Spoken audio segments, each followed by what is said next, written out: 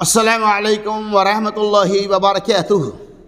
الحمد للہ وحدہ والصلاة والسلام علی من لا نبی بعد اما بعد۔ عن ابی ہریرہ رضی اللہ عنہ قال قال رسول اللہ صلی اللہ علیہ وسلم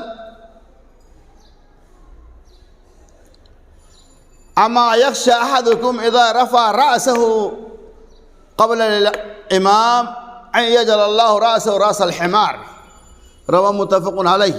یعنی اس روایت کو امام بخاری اور امام مسلم علیہ الرحمٰن نے نقل کیا۔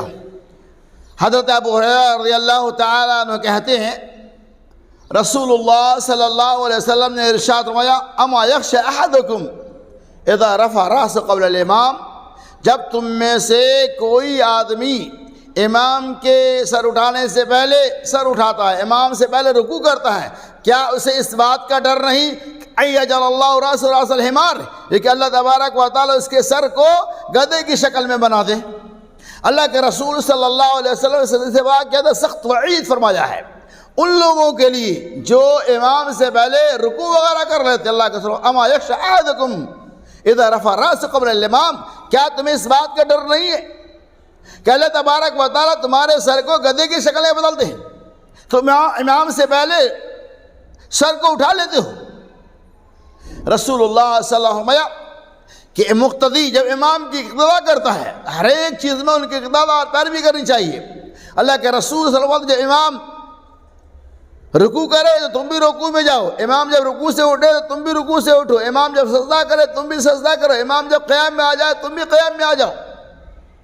ہر امام جس طرح سے کرتے ہیں اس طرح سے ہمیں امام کے کرنے کے بعد کرنا ہے۔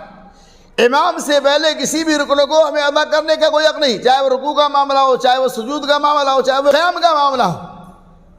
کتنی سخت وعید آئی ہے کہ امام سے پہلے اگر آپ اپنے سر کو اٹھا لیں گے، رکوع سے اٹھ جائیں گے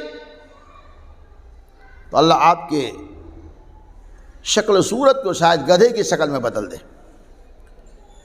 لہٰذا میں اللہ سے دعا کروں کہ اللہ تبارک و تعالی ہمیں حالت نماز میں امام کی مکمل طور پہ اقتداء کرنے کے ساتھ ساتھ تمام رکنوں کو امام کے بعد ادا کرنے کے ساتھ ساتھ ہمیں جلد بازی سے اجتناب کرنے کی توفیق عطا فرمائے۔